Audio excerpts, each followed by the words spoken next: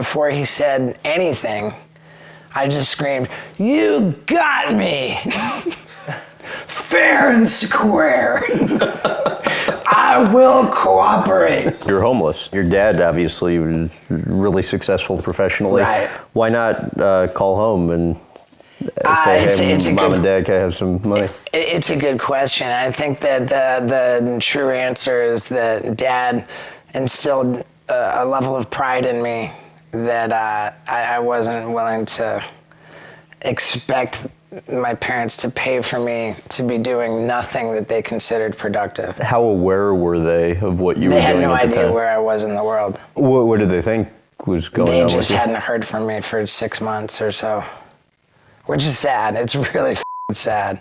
I had no good news, and I just couldn't bring myself to pick up the phone to share zero good news and just bum them out. At a certain point, once I blew through the rest of that drug testing money, I was really pretty out. And I did call up Dad, and I said as cheerily as I could that being homeless was going really well, but it would be easier if I had a car. And my dad and my stepmom took me to used car lots and got me a used Ford Tempo. As soon as I got in that car, I drove to Canada and then followed the Grateful Dead all summer and sold drugs, And within 6 months of getting the car, I had my first DUI.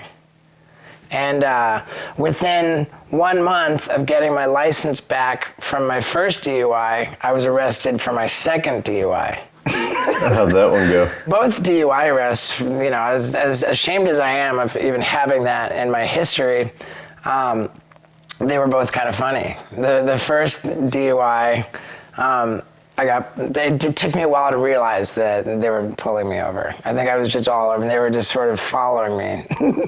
And then I realized, and they pulled over and put down the window, and as the cop walked up to the car, before he said anything, I just screamed, "You got me!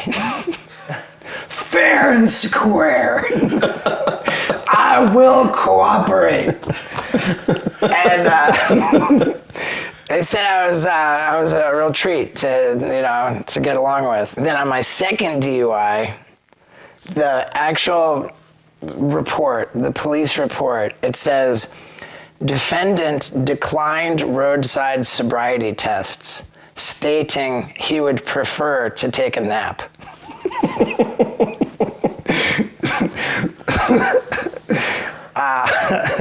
Because I was pretty sure that if I didn't give them anything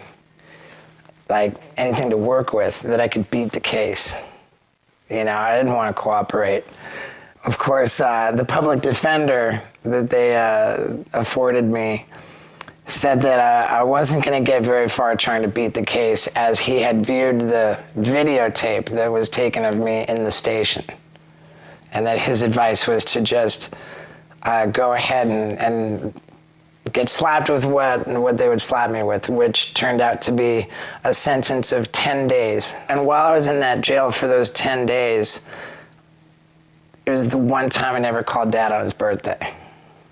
Because if I did call him, it would say, "You're receiving a call from an inmate," and he didn't know I was in jail.